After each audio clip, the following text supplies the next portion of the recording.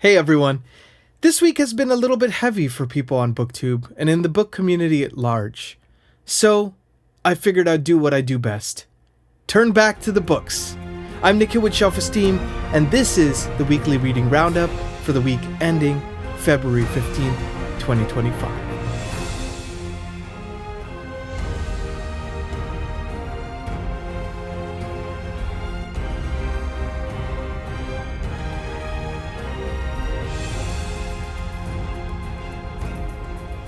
Hey everyone, welcome back to the channel. I'm Nikhil with Shelf-Esteem. I'm a composer, now also booktuber. You can find my music in The Wheel of Time Season 2, His Dark Materials Season 3, and the newly released psychological horror film, Dead Whisper. So, as I mentioned, I'm a composer, also a booktuber. I love combining different passions. I love writing music. I write music for book adaptations. I love reading. So I figured, why not combine those passions?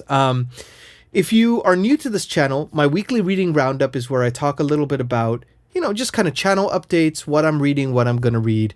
I like calling it a reading roundup because I'm a fan of alliterations. So if you like this kind of video, please like and subscribe. And now on to the books. So I read 5 books at the same time this week, similar to last week.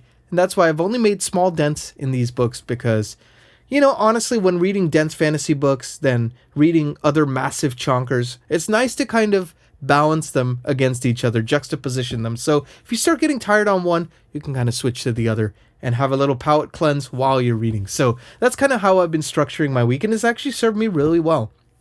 I've never been one to read multiple books at the same time until recently, and I've found it actually keeps things fun for me. And that's the whole point of reading, in my opinion, is to keep the joy and not just looking at the page count or tracking your metrics and things like that. So the first book that I read was Queen of Bedlam, Book 2 of the Matthew Corbett series by Robert McCammon. A fantastic series if you guys haven't heard of it. It's very historical fiction-y. It's got a mystery. It's got a little bit of kind of horror elements, maybe something almost supernatural. And it's about Matthew Corbett, a clerk who works for a magistrate. And he's kind of a private investigator. He is almost too observant for his own good, but it serves him well when he needs to solve mysteries. So the first book, Speaks the Nightbird, we read as a soft read-along for the channel. Book 1 in January. We are reading this one in February. So it has been a joy to see Matthew Corbett kind of grow beyond the kind of his beginnings as a private investigator of sorts. This one takes place in a completely different location to the first one. It takes place in the budding New York City. They have a feeling that New York is going to become a big city, It is kind of on the precipice of that. It's in the year 1704, I think. And there's like a serial killer in New York. So fantastic book so far. I'm about, I want to say like 30 or 40% of it through now. So I still have a ways to go, but I'm really enjoying it. I will say I don't feel like it's quite as compelling in terms of the storyline of it as the first one. Also, there's a few different storylines going on. So, it's different to the first one enough that it's keeping me hooked though. I'm really enjoying it. So I'm looking forward to kind of seeing what Matthew Corbett is up to in the rest of this book. I don't know if you all are reading it alongside me, but leave it in the comments. Let me know if you are as well. The second book that I'm reading right now is called The Rise and Fall of the Third Reich by William L. Shirer. I thought this was a very important, kind of poignant book to be able to read. I've always wanted to read it. I've gotten a little bit of the ways through before kind of getting distracted and reading something else, and I felt like now is a good, appropriate time to be reading a book such as that. It's a historical novel that kind of charts the rise and fall of the Third Reich, and it is probably one of the most detailed accounts of that period of history, world history, that I've ever read. And it's compelling, it's harrowing. I'm really enjoying it, which is a funny thing to say about a book about something so horrific, but the way William L. Shirer presents the material almost reads like a novel. It's just phenomenal work and exhaustively researched. And it was written in 1953. So, this was shortly after World War II. Things were still very fresh in people's minds. So to hear that perspective is very different to seeing black and white footage, of something that feels like a time gone by. So really enjoying that so far. That one I'm just going to pepper in through the next couple months. It's like a 1,200 page book. So honestly, I don't think I'm going to get through it anytime soon. But I'm really enjoying the journey, as slow as it may be. The third book I'm reading is Ship of Magic. So this is book 1 of The Live Ship Traders by Robin Hobb. Now, I've heard great things about the live ship traders. People say it's the high point in the Realm of Elderling's 16-book magnum opus that Robin Hobb wrote. And I'm reading it alongside two wonderful friends and booktubers, John from Disquiet and Dragons and Ellie from Bibbidi Bobbidi Books, who I'm linking down below. And there's a couple of you who had expressed interest in reading alongside us, so when we decide to do a live stream discussion, hopefully you all could participate in that. But there is actually in our Discord channel now a soft read along kind of section there where you can read it as well, so if you so choose. But you know, I'm only 3 chapters through so far. We've been kind of chatting about it a little bit here and there, John, Ellie, and I, and we've all been enjoying the journey. I gotta say, this is my favorite writing of Robin Hobb so far. It's the perfect balance of beautiful, dense prose, but very direct language that gets to the heart of the characters. You know, it's prose that doesn't distract from the character work, I guess you could say, and the plot points. I'm not going to say too much of it because I don't want to spoil anything for you, but I will say the kind of magical element in this book is really unique. I've never seen anything quite like it. I love how it's grounded with some family dynamics. There's a chapter where there's a woman who's talking about her husband who's dying, and she talks about how, you know, she's kind of reliving her life and thinking about all the things they'd planned to do that they're now never going to be able to do. And the way Robin Hobb grounds these characters in real human issues whilst being in this broader magical kind of landscape is something that I just feel like it's hitting the spot for me. So I'm really enjoying this. And this is one of those few books that when I take a chapter a day and I step away from it, come back to it, I never feel like I'm like, where am I again in this book? Because it's just perfect. It's just perfection. I just have a feeling if it continues this way, it's going to be a 5-star read for me. I think it's going to be a no problem in saying that, even as of now. So that is the 3rd book I'm reading. The 4th book is yet another one that I feel is going to be a 5-star read, and it is our official channel read along, Book 2 of Malazan Book of the Fallen, Dead House Gates. Okay, so if you're reading Gardens of the Moon, you've heard the stories that it's a little bit more disjointed, a little harder to get through, and that Malazan Book of the Fallen is a very intimidating series. Now, all the books are doorstoppers, right? This 2nd book is a quantum leap forward from the first. I mean, the characters are, you know, the way Steven Erikson writes his characters, again, he's kind of figured out that balance of direct language and also beautiful prose. I'm gelling with characters like Felicin so much more than the first one because it's a little less emphasis on the grandiosity of it, kind of, but for grandiosity's sake, in the sense that in Gardens of the Moon, he will have these big battle sequences take place, things that are really grandiose, but they're grandiose in the construction of what happens. Whereas in the 2nd book, it's like grounded character stories within a grandiose landscape, if that makes sense. So you really feel that juxtaposition, and I personally, as a reader, love juxtapositions like that. So I'm loving it. I think Felicin is my favorite character so far. The stuff she's going through and kind of how she deals with PTSD and stuff is phenomenal read. It is very harrowing. Again, it's a very harrowing read, but it is just beautifully done. So loving this so far. I'm about 2 out of the 4 sections. They're called books in each book. I'm about 2 done now, so as of this taping. So I will probably get pretty far into this one by the end of this next coming week. And the last book that I read, the 5th, but definitely not least, is 1984 by George Orwell. I am about maybe 60, 70 pages in, and it's like a 300-page book. So I'm taking my time with it because I'm just constantly amazed at how much this guy is prescient for the time. He's way ahead of his time. He was even talking about how there are like subscriptions that people get in this dystopian world, and there's so many of them that people lose touch of what they've subscribed to. Like, that's literally what we go through, you know, online now, you know, with all our online subscriptions. Just weird, very specific things that you think like, how the heck did this guy write this? So, you know, I think it was in 1950 he wrote it. So like, how did he come up with this stuff? Really, really phenomenal. And even if you know the story, even if you know the big brother is always watching kind of cliche and stuff that you hear about, it's still great to read. It doesn't take away from the novel at all. So really enjoying that. Let's talk a little bit about what I'm going to read this coming week. So I'm definitely going to read all of those again.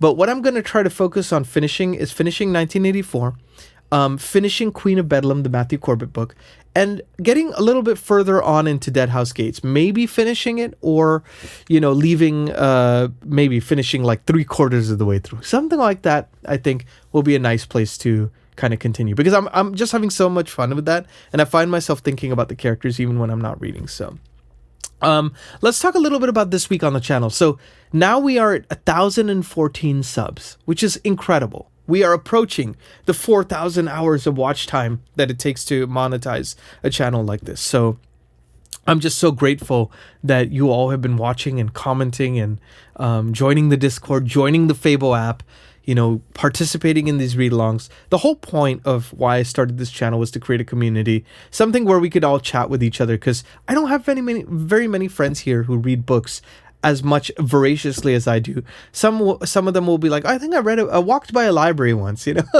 or I read a couple books a year or something, which is great, you know. Hey, more power to them. That's fine. I just wanted people who to talk to about the books that I'm reading, and it's just been lovely getting to meet you all. So that has been wonderful. I did 3 videos this week in addition to the weekly reading roundup. So it's 4 total videos actually this past week. The first one I released on Wednesday was a Way of Idan unboxing by The Broken Binding. My mother-in-law kindly bought me The Way of Idan special edition by Philip Chase, the wonderful Philip Chase, wonderful fantasy author of the Idan trilogy. It's about a holy war. It talks about the complex dynamics of people who try to do the wrong things for their own justified reasons. It has a great character arc. It plays on the prophecy trope, twists it and turns it on its head. Just a great trilogy. So Broken Binding has been releasing special editions of all of Philip Chase's books. I'm leaving the link down below, and I managed to get a copy thanks to my wonderful mother-in-law. So thank you so much, Terry. And I did an unboxing video, so you can check that out up here. The second video that I did was a video about conquering reading slump. So the impetus of this video was from conversations I actually had with wonderful people on the Discord. They were talking about, oh, I feel like I'm falling behind on books and stuff like that. And I always feel like it is so easy on BookTube to go, I want to read all the things, right? We all get great recommendations from each other. And it becomes a trap, right? Because we want to read all the things, and it can sometimes become stressful. But this is supposed to be fun, right? And by that stress, we can kind of try to overextend ourselves and approach reading burnout. So when you reach a reading slump, it inevitably happens to everyone. What are some tips and tricks, that you can do, actionable things that you can do to kind of get through that? And then also, what are some slump buster books that are like, or authors that are like, hey, you want something that will make you get back into reading, that's a quick read, not one of these slow burn or dense long books, then these are the ones that you can turn to. So you can check that video out up here as well. And then also yesterday, by the time you're seeing this, I had a lovely live stream chat, a segment of what I like to call Shelf Talkers, episode 3, with the wonderful John from Disquiet Dragons. This is kind of a casual chat I have with other channels and also authors, basically about the process of reading, what got them into reading. We talk about our BookTube journeys. We talk about how to keep reading fun. We talk about a lot of different things. And John is just a lovely guy. So many of you joined, and we're chatting away in the comments. And it was just lovely to see, because it really felt like we were all chatting together. So we talked for almost 2 hours. And I really feel like we could have chatted more. Like I had written down a list of questions I wanted to ask him as like a jumping off point, and we got through only like 3 or 4. So that gives you an idea of how much we enjoyed chatting with each other, and it seemed like a lot of people enjoyed hearing it. So if you want to check that out, you can check that out up here. And please definitely check out his channel as well as Ellie from Bibbidi Bobbidi Books, who I've also linked below. Wonderful people, wonderful channels. Highly recommend you check those out as well. So let's talk a little bit about this coming week. So I have a couple videos I want to do. One on Wednesday, I want to do a bookshelf tour. So I've also done a Stephen King bookshelf tour, which I think it warrants its own video, because I have a whole shelf dedicated to the man back there, and he's like my favorite author of all time. But I also, in the living room, have a bunch of bookshelves. So I figured this is impetus to actually clean those bookshelves, make them look somewhat presentable, and then actually present them to you so you can see what's on my bookshelf. You always see kind of a very small sliver of them in my intro video, but I've also since gotten more books. So yeah, I figured that's kind of a way to chat about, what's on each other's bookshelves. I thought that could be kind of a fun thing to do. So that's going to be on Wednesday. The second one I want to do is on Friday, and that one is books that make you think. So I kind of wanted to think about, like, what are books that make you think about life, make you want to have conversations, important conversations, heavy conversations, lighthearted conversations, but things that are important, you know? Conversation starters or things that make you think about life, expand your worldview, that kind of a thing. So I'm going to focus primarily on fiction. There might be a couple of nonfiction entries. I'm still finalizing my list, but that'll probably be out on Friday.